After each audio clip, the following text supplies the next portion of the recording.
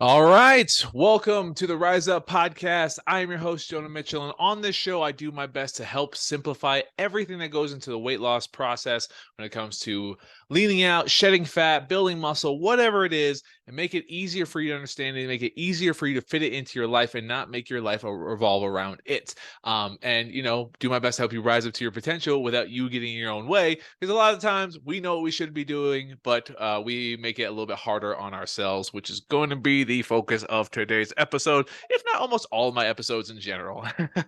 Thank you so much for taking the time to be here with me, to listen in wherever you are in the world right now. And I'm super excited to get into it. If you're a longtime listener, or former client, current client, thank you so much for stopping by. If you're a new listener, I really appreciate it. I hope you find this helpful. I hope you find this valuable. And if you're any of those categories and you learn something new today, or it helps shift a perspective, or just helps you, it helps you with where you're currently at, I would really appreciate it if you would just share it with at least one person, because my entire goal is to help as many people as I can, no matter where they're at, no matter what they got going on, because I've been through the ringer and all I wanted was someone like me to help clear things up, because there's so much in this world that is makes it difficult to it makes it a lot harder than it needs to be. Without further ado, if you like this kind of stuff, you want to see some more of my short form content, that is down below in the show notes. If you want to see the my my Facebook group with the Transformation Project, that is also in the show notes, with a bunch of free resources and amazing accountability. Let's get into the show. And man, we're gonna talk about why it takes so long to see progress. Oh man, time is relative, guys. I want to be abundantly clear with that. Um, and there's Before I get into it, I want you to know there's two big reasons why it could be why it takes so long to see the results that we're looking for. But just before I get into that, what I mean by time is relative is I want you to think back to the time to a time when you were struggling pretty bad, like really, really hard. Now, and how it felt in the moment, how it felt like it was the longest thing you've ever experienced. And how in the moment it just everything sucked. There was no there was it was hard to find any silver lining whatsoever. And then I want you to fast forward to today, or a time when that tough or that extended period of time had ended. And just think back on that perspective, on how even though you were in those tough times and it was really hard to get through in the moment, when you kind of look back on it, maybe it feels like it wasn't that bad, or it wasn't as long as we had thought. Right. And this is something that comes very clear to mind for me. I want to share this quick story with my wife and I. Um, there's a couple, this is going to be, there's a lot that goes into the story, but it really starts with the decision that we made, that we wanted to try and live in an RV. And we had made it because, one, we'd been stuck in her parents' house throughout COVID, and we're married and wanted to get out on our own, and rent was hard. And when you run your own business, or rent was high, when you run your own business, it's really hard to apply for a mortgage, especially if your business is not consistent. With the money that we were making, we were like, well, we can do our jobs online. And for those of you long time listener, I used to run my own business before I joined the Transformation Project, and my wife Hannah was running it with me. So at the time, we were like, yeah, we can buy an RV, and rent would be just gas mileage and the RV parks that we stayed at. And on theory, on paper, as we did the research, as we watched YouTube videos, as we got ready to leave, it sounded like a great opportunity for us to just go out on our own and see the world and coach people while we did it. Well, the first night that we left, which this was kind of doomed from the start, if I'm totally honest. But the first night we left, our RV broke, and if you know anything about RVs, there's slide outs on them, and I guess this is more of a tow behind camper. And so it's not like the full RV, but we were pulling it with a Jeep Grand Cherokee, which is again why I say it was kind of doomed from the start. Um, but yeah, the first night after we stayed in it, our slide out broke. Like the cables snapped as we were trying to leave the first Wyoming stop, then head up to Utah or Idaho. And Yeah, so that cut our living space by 3/4. And we were also driving up with Hannah's youngest brother, who was following us while we were pulling the RV. And so he was staying in the RV and we had two doors. Like we were able, luckily we were able to get to our bedroom, um, which was just basically a queen size bed, and then we had to like shimmy through everything. Uh, and then the other door would lead to the kitchen. We could open the fridge, but like her brother had to sleep on our really tiny couch, and our dog wanted to cuddle up with him, so there was like it was like no room whatsoever. So yeah, that was the first bad omen, and it was like, you know what, we're gonna stay positive. Like that was unfortunate, but we're gonna still keep trying. And as we were traveling, you know, I'm coaching clients online, and Hannah's trying to run the marketing side of everything.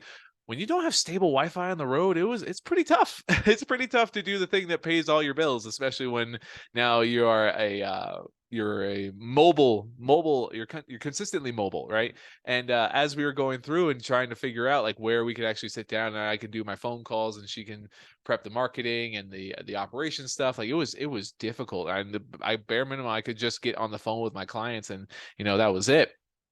And as we were driving, we were headed up to Washington, to her brother's farm. Um, and as we were going through, we did what we could. But yeah, with that entire time, it took us like 3.5, 4 days, maybe 5. I can't remember the full stuff. It's kind of a blur. It was tough to get up there because it was just so many mishap after mishaps, such tiny mishaps. But then we got to the farm, and they're secluded. They're not in a populated area in Washington. So there was cell service was rough. We had no running water. We had to share a power generator with her brother just to see in our RV. And it's just so much tiny stuff that built up over time, so that, you know, me and Hannah, we just kind of got more and more resentful. It kind of started coming out towards us, towards each other, excuse me. So then small disagreements turned into big arguments. We couldn't see eye to eye in very many things. And everything that went wrong on that RV could have gone wrong. And all those things just built up to the point where we weren't having fun at all. We felt kind of trapped, and we were just constantly pushed by this delusion of like, we're supposed to be going, you know, cross country, and we're barely getting through the point of like we can't even leave. We're stranded in Washington because we couldn't get our RV fixed because there was a shortage because of all of COVID, right? So anyway, like what was a supposed to be a year-long trip got sharply ended like 2.5, 3 months in, because as we finally got the thing fixed, and we had all these tiny nuance annoyances, and we had to drive like 45 minutes to work out, 45 minutes to the nearest Wi-Fi spot, right? There's just so many tiny things that just kept building up, and we just kept trying to make it work, but it just kept building more and more resentment. And then to top it all off, like as we were trying to, you know, head down back to Colorado, our Jeep started overheating on the middle of a Montana highway, and it was just like the biggest sign of like, holy shit, we are screwed. But luckily, some lucky by lucky grace of something, a local mechanic shop looked at our I can't even remember. I think it was our radiator or something with our temperature gauge. It was leaking antifreeze all over the place, and they fixed it for like $150, and it was super nice. I was like, I would have given them my kidney to fix that damn thing, because it was so stressful, it was so emotional. It was just like the cherry on top of the whole thing. Like this was just a complete debacle. And it was so miserable that when we finally made it back, and we were like, we scrambled. Initially I thought I wanted to go back on the road because I did not want to be back in my in-laws house. And then you know, our room was taken by one of her brothers, so we had to sleep in the like this office space on a full mattress, on the floor with all of our stuff just piled around us. It was the most emotional time, one of the most emotional times of my life. And I remember my wife and I looking at each other, like bawling on the bed, like contemplating quitting the business because it was just so hard living in that RV. And you know, we didn't and in that moment, but it definitely put a lot of stress and strain and made us question what we wanted to do, right? Eventually me and my wife did dissolve the business because, you know, that was affecting our relationship, but that's for a different conversation. I want to specifically highlight this because it was only 2.5 months in that RV, and it was really hard. But every time I think back to it, it felt like it was 6 or 7 months. of my life. But because I was in the moment, I completely disregarded how long it actually was taking, right? Moral of the story, do more research. Don't make impulse decisions when you're spending lots of money. Which my entire life revolves around impulse decisions. But our expectations were not matched, and it made it very difficult for us to see the silver lining. It made it very difficult for us to enjoy the time we were having, because even though it was tough, there were moments that we had fun, that we did get to enjoy the traveling life, but it was so overshadowed by all the negative that kind of was constantly being bombarded, and we were quite literally not ready for what we signed up for. And I tell you that long winded story, like, Jonah, like, where's the weight loss? Why does it take so long to see weight loss? If you're still listening, I really fucking appreciate it, because I wanted to give that specific story, because like I mentioned at the very beginning, there's two reasons why it takes so long to see progress. All right, two major reasons. The first one, your expectations are unrealistic. Just like when me and my wife, we had unrealistic expectations of how good that experience was going to be. We didn't actually look at all the holes in our business. We didn't actually look at all the possible ways that things could go wrong, and we were not ready to. We weren't prepared for those things, right? Just as if you are trying to lose weight and you expect to lose 1 or 2 pounds a week, right, and you expect to get into the single digits of body fat percentage, when you have zero idea how body fat percentage work, you have zero idea what progress actually looks like when it comes to weight loss, right? You're just operating on what you think you know, right? And you don't actually truly understand. If you don't see the results that you expect, right, if you don't lose that 1 or 2 pounds, it gets very discouraging.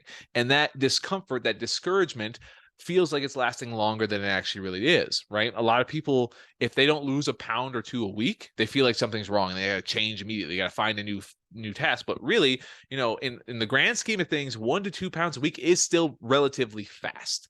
Right? If we're thinking of how long we struggled with our weight, like, we didn't gain 1 to 2 pounds a week while we weren't paying attention to gaining the weight, right? Or if you were paying attention, it's not like, oh, this is how gaining weight works. It just happens over time, right? And then when we make that transition and we want to do what we can to lose the weight that we gained, right? We think that it's like, okay, as soon as I make the shift, as soon as I make the focus on the scale and eat less, move more, then I expect to see that scale go, because it's a transactional relationship. What I put in, therefore I must get out, right? If I put in the work, I expect to see the immediate receipt of all of my hard-earned efforts. And if I don't see those things, well, I'm doing something wrong. Why even try? Or I'm doing something wrong. I need to change something. I need to go do another thing, which is completely irrational. It's unrealistic, right? It's not sustainable, because if we're always bouncing, because if we're always bouncing to something new, we never give what we were doing enough time to actually do its magic, actually do the work, right? Every time I'm taking a client through a diet phase, or I'm just starting their diet phase, they immediately like, oh, first week, scale didn't move. What's going on?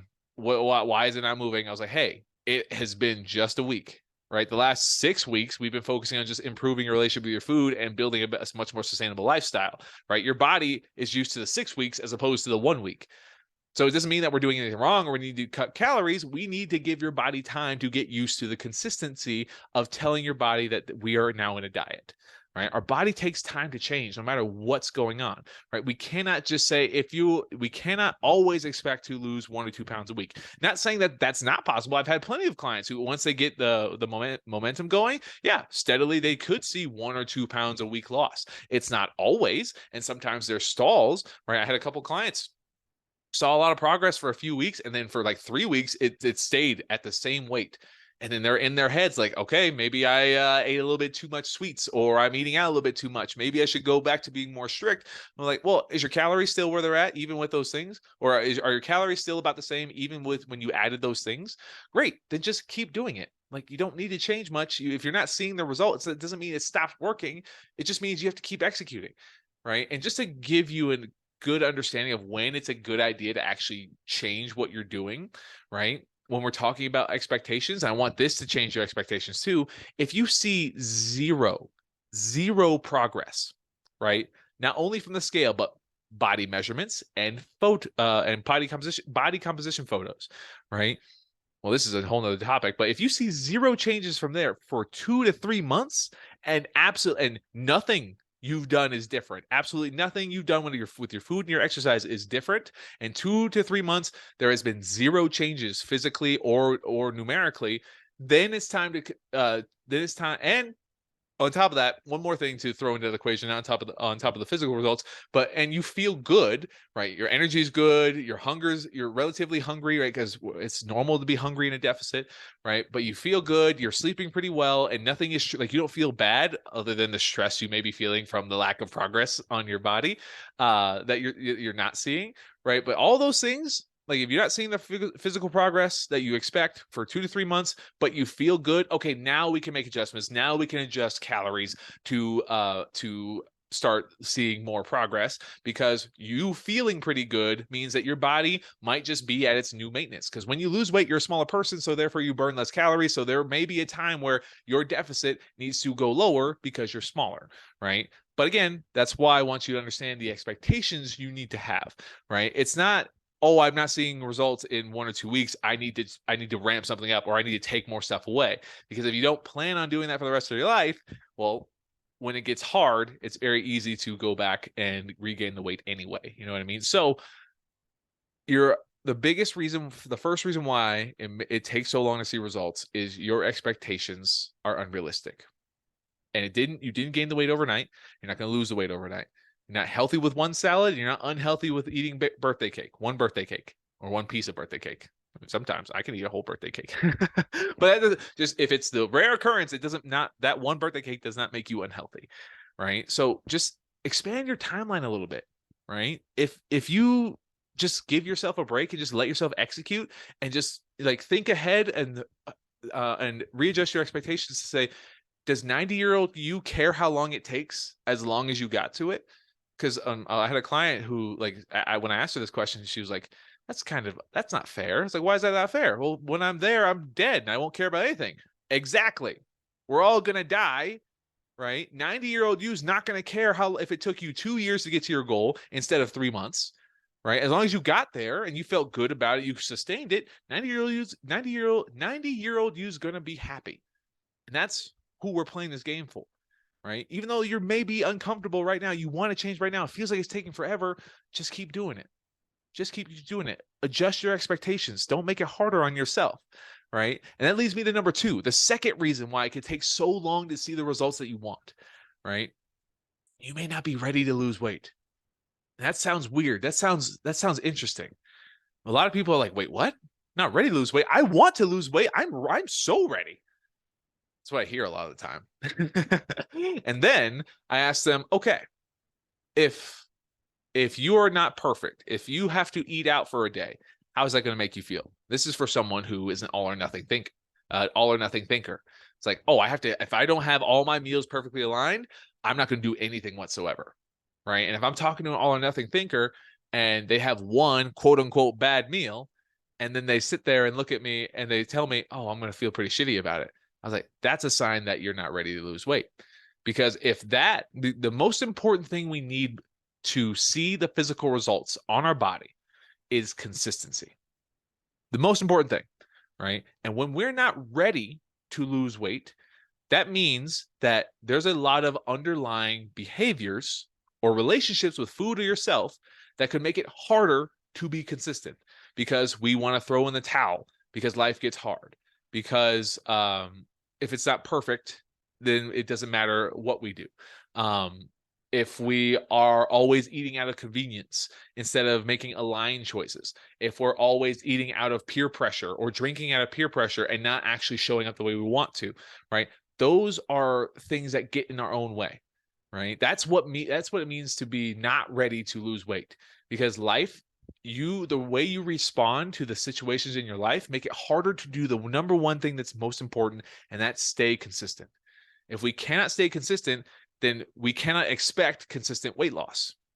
Consistency is the most important thing. You can be super strict and be consistent with that, but if you don't plan on being super strict for the rest of your life, right? The second you stop being super strict and you go and just start eating like an asshole, right? With little regard for what you eat, right? You're probably going to regain the weight back, if not more. So when I'm working with people, we go through something called restoration, right? Restore your metabolic functions, and feel better from within, right? But not only are we focusing on the internal and our food choices, right? But we're also focusing on how we show up in every scenario in our life. If we are always constantly saying yes to people because okay, I'm gonna continue where I left off, hopefully. I got cut off for a second. My recording software just crapped out. But anyway, if we're always what was I saying? I'm losing my train of thought. If we're always showing up and not able, oh my goodness, I'm so sorry, guys. That threw me off for a second. If we are not able to show up the way that we want to be consistent, right? Oh, right. You can be strict, right? You can be super strict and be consistent. But if you don't plan on doing that for the rest of your life and you regain all the weight, right? That's not ideal. The point isn't to just lose weight. The point is to understand how to keep it off. And when we're focusing on rebuilding your relationship with your food and rebuilding your lifestyle, finding the middle ground where we don't have to be super strict all the time and we don't only eat like an asshole all the time, right? We find that middle ground that we can be happy and healthy at the same time and feel the physical results. That's when we know we're ready, right? When no matter what's happening, you feel in control. No matter what's happening, you know how to show up for you, right? That's how we feel ready before we put the pressure on ourselves to lose weight. Right? If you're like, I have to lose weight, I have to lose weight. Why? Why do you have to do it? Fun fact, humans are inherently stubborn. We don't like being told what we have to do. Well, some people like being told what to do, but a lot of it, like deep down, a lot of our core, like if we always have someone kind of over like choosing for us what we should do, there's like an inner rebel inside of us that will find any reason to try and undercut that have to mentality. Right? Oh, I can't have sweets, but then we're only thinking about the sweets, right? If I have to lose the weight, right? It's like, why? Why do you have to? Right? Because if you don't understand why you have to, you're going to find a reason to self-sabotage, right? And that's another form of not being ready to lose weight, right? This is going to affect how long it takes for you to see results. Because if it's far easier for you to find reasons to not be consistent, it's going to take longer for you to get to your goals. So if you were to take 3 to 6 months, let's say, right? Oh shit. Sometimes it takes 1 or 2, but we'll say anywhere from 1 to 6 months to just reframe your relationship with yourself and your food, and then build a lifestyle that helped you feel better now. Right? Focusing on your hydration, focusing on improving your food quality, finding exercise no matter what's going on, right? Things, very basic things that if you listen to my show for a while, these are things I always talk about because they're the bread and butter. It's not a diet, it's the choices, it's the behavior that you create, it's the lifestyle that you create. And when you focus on these simple things and you feel better, then you start to feel like then the timeline doesn't matter. Because when you focus on the things that help you feel better and you prepare your body, you prepare yourself to lose weight sustainably, the weight loss comes naturally. When you make the choice to be more hydrated, when you make the choice to be more prepared, when you make the choice to show up as you in social events and say no when you genuinely don't want to drink alcohol, or drink alcohol, or make a not so healthy choice when you're eating out, it's not bad to eat unhealthy foods, right? But if it's because of someone else is asking you to, and you do it out of obligation instead of your own choice, right? That's where we feel guilty. That's where we feel frustrated. That's where it feels like we're out of control. And this is, again, extending how long it takes for us to see results, right? If we can understand that our expectations are unrealistic and we just need to let those go and expand our timeline, and then prepare ourselves to lose weight by understanding the actual problems we face. We don't have a weight loss problem a lot of times. We have a behavioral problem. We have relationship problems, right? We have boundary problems that are what really gets in the way of us seeing the results that we want. And if we can address those things first, it's going to make it easier to get to your results. It's going to make it faster to get to your results, because even if you expand the timeline, say, okay, I don't need to lose weight in 3 months. I want to lose the weight. I want to give myself the time in 1 to 2 years, right? 1 to 2 years. take the pressure off for a second, right? If you expand the timeline and that gives you a little bit more of a relaxation to this, and you focus on the actual things that are holding you back, not just your discipline and your willpower, right? Your consistency, your relationship, your food, yourself, all those other things I was talking about, right? If you just give yourself 1 to 2 years to focus on those things, instead of like, I'm gonna get motivated for 3 months and then you fall off. I'm gonna get motivated for 3 months and then you fall off. I'm gonna get motivated for 3 months and then you fall off. 2, 1, 2, 3, 4, 5, 10, 20, 30 years can go by and we can still have the same issue because we're trying to focus on motivation and I'm uncomfortable, so I need to change things now. It's like, oh, well, why am I uncomfortable? Why do I have my relationship with the food that I have? Why do I want to lose weight so quickly? Okay, what's my actual problems here? Do I always make unconscious choices? Do I give into peer pressure? Is that how I always want to respond? How do I start practicing showing up as me? How do I say no when I want to? How do I say yes when I want to? Right? That's when you know you're in the sweet spot. Because once you have that autonomy and you understand those things, again, it's much faster to get to your goals because now you can show up for you and stop getting in your own way. And then your expectations to see 1 to 2 pounds of weight loss a week, those will come because you'll show up for you, making decisions that align with your health goals or they align with your life, and you have the appropriate ratio that allows you to see the physical results because of it. We only need to be consistent 80% of the time. And when consistency aligns with how we want to feel and we show up with how we want to, as how we want to feel, and we show up as who we want to show up as, there we go. Most of the time, it makes it easier and it shortens the time it takes to get to our goals. It's just delaying a little bit of gratification. Yeah, you can see a lot of results really quickly, but if you don't plan on doing it for the rest of your life, you're somewhat extending the timeline. You're making it harder to get to your goal. You're making it take longer than it has to be. Just like when me and my wife, we had unrealistic expectations. We thought we were going to be happier living on our own on the road, and we did not ask why. We didn't ask what was going to happen. We did not see that it was going to bankrupt us. And oh God, when did that end? 2021. We're still in credit card debt for that entire experience. And it's 2023 now, almost halfway through 2023, and we're still in credit card debt from a 2.5 month experience. If we would have just slowed down and looked at what we wanted, why we wanted it, what the actual problem was, maybe we would have found a different option. We maybe would have found a far more beneficial option. Or maybe it was supposed to happen that way. I want to end with this. Just because it didn't work doesn't mean it's a bad thing. Just because you failed, quote unquote, right? It's okay. Because a failure, a closed door can lead to a different door. That door may be open.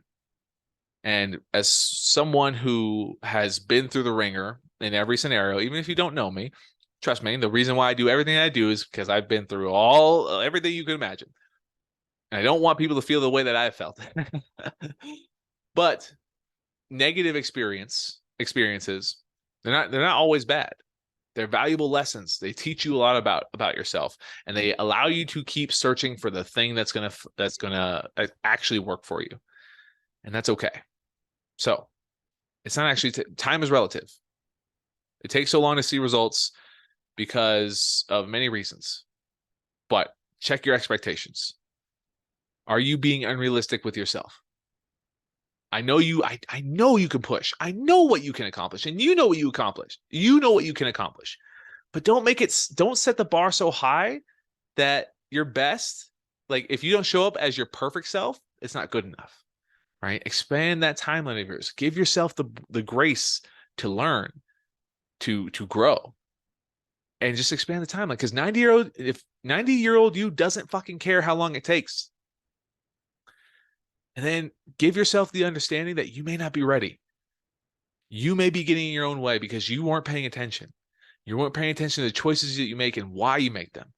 When you start actually paying attention to those choices and then keeping in line and readjusting those frameworks, those mindsets around those choices, then you get to create the space for you to show up the way that you want to, make the choices that align with you so you can live a happy and healthy lifestyle. And if you have no idea what I mean by that, go listen to probably half of my podcast episodes when I talk about making aligned choices.